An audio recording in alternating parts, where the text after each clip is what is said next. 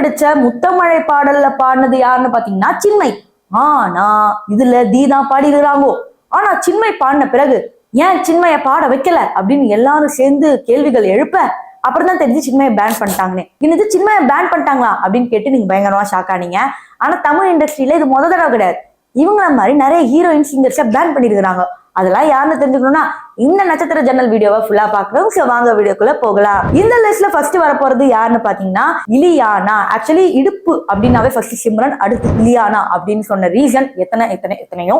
But இருந்தாலும் இலியானாவை எதுக்கு pan பண்ணாங்க? அவங்க பழைய படத்துல ஒண்ணு நடிச்சிருப்பாங்க, அதுக்கப்புறம் விஜயோட ஒரு படம் நடிச்சாங்க. விஜயோட படம் நடிச்சு பட வாய்ப்பு இல்லையா அப்படின்னு நீங்க கேட்கும் போது தெரியுது. பட் எதுக்காக பேன் பண்ணாங்க அப்படிங்கறத இப்ப சொல்லிடுறேன்.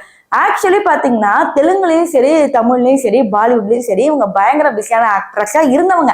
அப்புறம் என்ன ஆச்சுன்னா, அதாவது இவங்களுக்கு கல்யாணம் ஆகுறதுக்கு முன்னாடி கொஞ்ச நாளாவே பாத்தீங்கன்னா ஷூட்டிங்க்கு ஒழுங்கா வராம ப்ரொடக்ஷன் காஸ்ட் எல்லாம் மொத்தமா லாஸ் ஆகி, அதாவது ஷூட்டிங் காலையில 7 மணிக்கு வச்சா இவங்க 10 மணிக்கு வருவாங்களாமா. அதாவது சிம்புக்கு என்ன ரீசன் சொன்னாங்களோ அதே தான் இலியானாக்கு சொன்னாங்க. சோ அது தமிழ் படங்களுக்கு இவங்க அதிகமா பண்ணனால என்ன ஆயிடுச்சு பாத்தீங்கன்னா, பல லட்சங்கள் லாஸ் ஆனனால இலியானா ப்ரொடக்ஷன் ஹவுஸ் சொன்னதை கேட்கல. அதனால இலியானாவை நாங்க பேன் பண்றோம் அப்படிங்கிற மாதிரி தமிழ் இண்டஸ்ட்ரி அப்ப சொல்லியிருந்தாங்க. ஆனா நம்ம குட்டி வயசு பசங்களா இருந்தனால இலியானா பேன் எல்லாம் பண்ணல, தமிழ் படங்கள் ஒர்க் அவுட் ஆகலன்னு போயிட்டாங்க அப்படிங்கிற மாதிரி நம்ம நினைச்சிட்டு இருக்கோம். ஆனா உண்மை என்னன்னா, இலியானா இனிமே தமிழ் இண்டஸ்ட்ரியில நடிக்கவே முடியாது. அடுத்த லிஸ்ட்ல நம்ம யார் பார்க்க போறோம்னா பிரியங்கா சோப்ரா. அவங்க தமிழ் இண்டஸ்ட்ரியில மட்டும் இல்ல மொத்த இந்தியன் இண்டஸ்ட்ரியிலயும் பேன் ஆயிட்டாங்க. அதுக்கு முக்கியமான ரீசன் யாருன்னு பாத்தீங்கன்னா கரண் ஜோஹர். இதையும் தாண்டி பாத்தீங்கன்னா Gauri Khan. Who is the Gauri Khan அப்படின்னு கேட்டீங்கன்னா இவங்க தான் ஷாருக் கானோட மனைவி.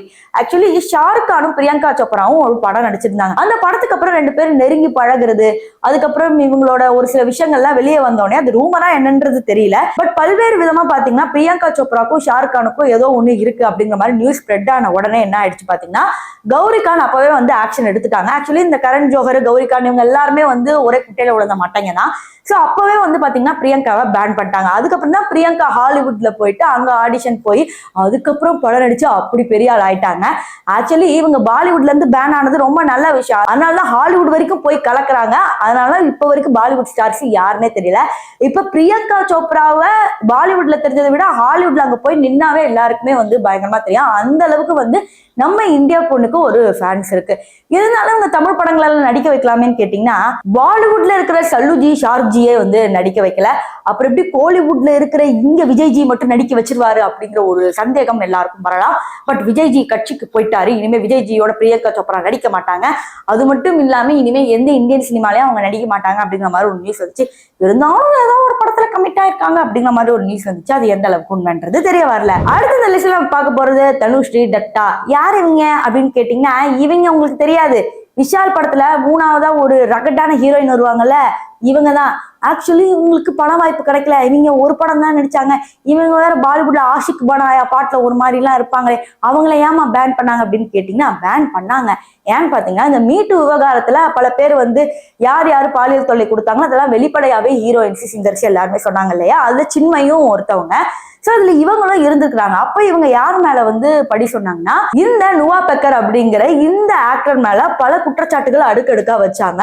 அதுக்கப்புறம் நமக்கு நல்லாவே தெரியும் யாரெல்லாம் மீட்டூல சொன்னாங்களோ இப்ப யாருமே நடிக்கிறது இல்ல, ஃபுல் அண்ட் ஃபுல் பேன் பண்ணிட்டாங்க. அதுல சின்மையும் ஒருத்தவங்க. அடுத்த லிஸ்ட்ல நம்ம கடைசியா பார்க்க போறது சுசித்ரா. இவங்க ஒரு சூப்பரான சிங்கர். இவங்க குரலுக்கு நிறைய பேர் மயங்கி போய் கிடந்தாங்க.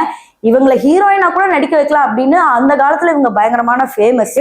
பட் இருந்தாலும் இவங்களை எதுக்கு பேன் பண்ணாங்கன்னு எல்லாருக்கும் தெரியும். மறுபடியும் பாத்தீங்கன்னா மீட்டு விவகாரம்ங்கிறத தாண்டி இவங்க நிறைய போட்டோஸ் இவங்களோட அக்கௌண்ட்ல இருந்து வெளியிட்டாங்க. அதுல பாத்தீங்கன்னா கோலிவுட் சினிமாஸோட ஒரு டார்க் சைடு தெரிய ஆரம்பிச்சது. ஸோ கொஞ்சம் கொஞ்சமா பேசிட்டு இருந்தவங்க பாத்தீங்கன்னா ஒரு சில விஷயங்கள் இந்த வைரமுத்து பத்தி சொன்னதா இருக்கட்டும், பல இஷ்யூஸ் தனுஷ் பத்தி சொல்லட்டா இருக்கட்டும், ஸோ இதெல்லாம் உண்மையா பொய்யான்றதை தாண்டி அவங்க ஆதாரத்தோட அதை சொன்ன விஷயங்கள் பாத்தீங்கன்னா பயங்கரமா ஃபிளாஷ் ஆயிடுச்சு.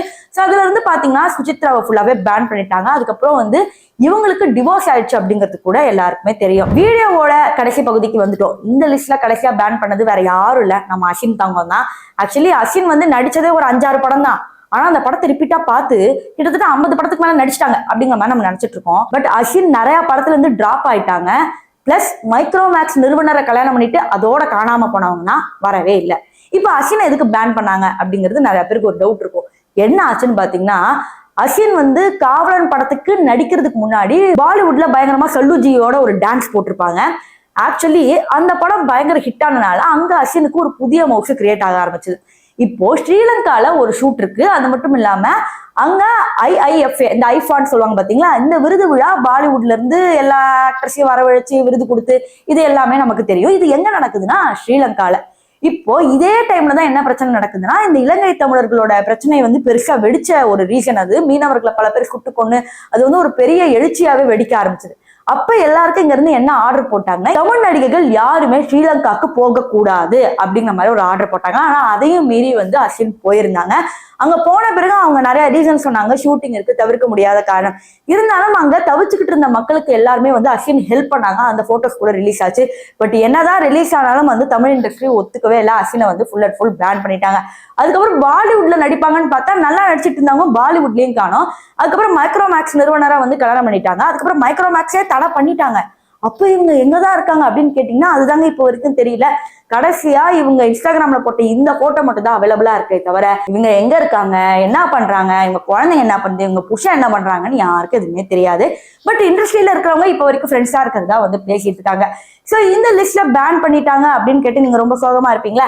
சோ யாரு பேன் பண்ணதை நினைச்சு நீங்க ரொம்ப கஷ்டப்படுறீங்க அப்படிங்கறத கமெண்ட் செக்ஷன்ல சொல்லுங்க.